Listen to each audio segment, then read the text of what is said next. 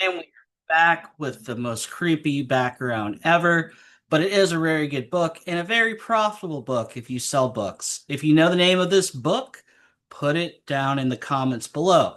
We're going to continue on with our Discord tutorial lesson stuff. So let's get the screen share going and share screen. Do, do, do. Don't care about that. All right. We are back, and we got Mr. Tom Hanks waving at us. Hey, Tom. Um, we're gonna go over some cosmetics and sound options today because I think that will be important to people right off the gate. Also, you may not like all the noises that come from Discord. So how we're gonna do this is we're gonna navigate down to the bottom left and where it says user settings. Oh, by the way, this window here you can size. So if you want it really small or really big, you can extend how you see fit.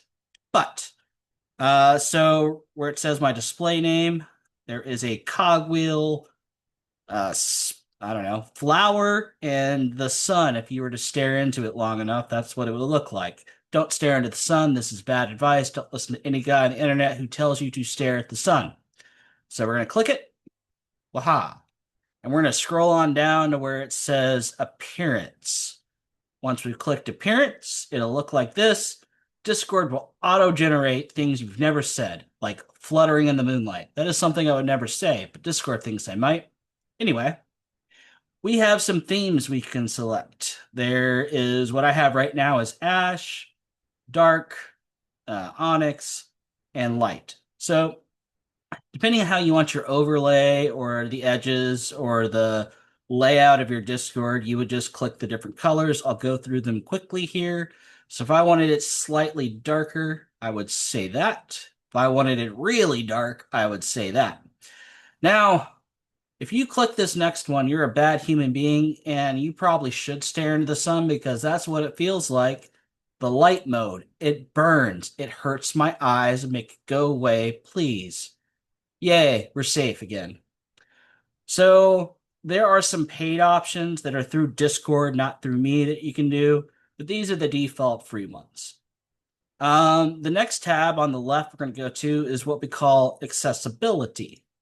You can change it, at least the shades or what appears to be shades. It's actually saturation down. And we're going to desaturate the color slightly.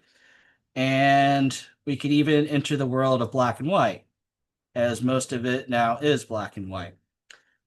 If we crank it all the way down to 0. But I'm going to crank mine all the way back up to 100. But for you, adjust this how you see fit.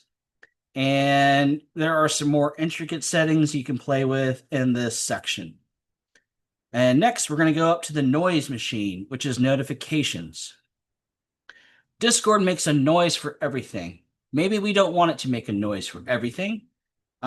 These are my personal settings. You can turn them on and off how you see fit.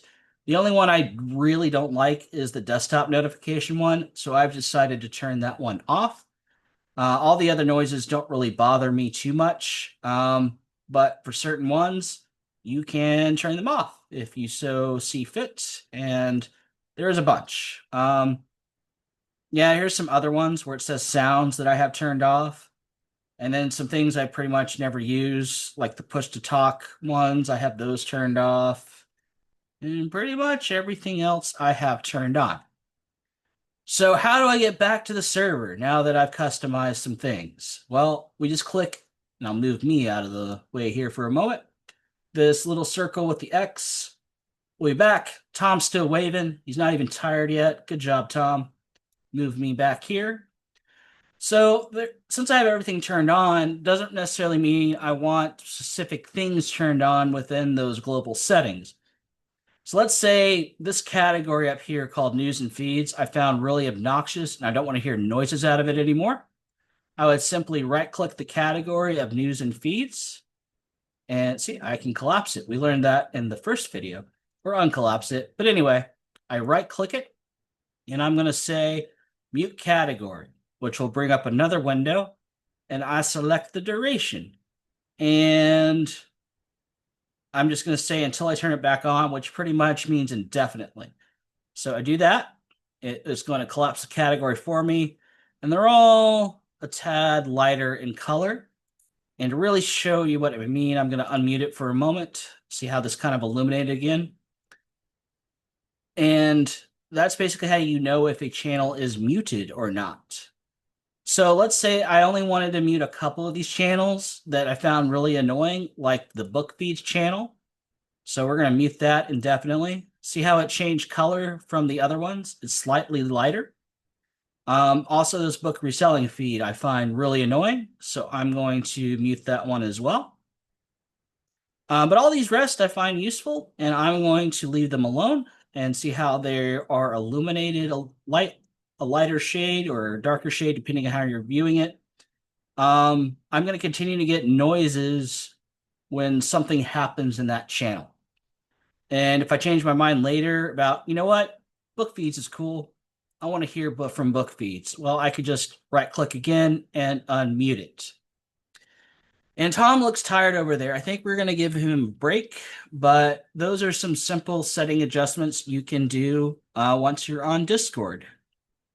And again, if you know the name to this awesome illustration, please, oh please, leave it in the comments down below. And happy reading, everyone.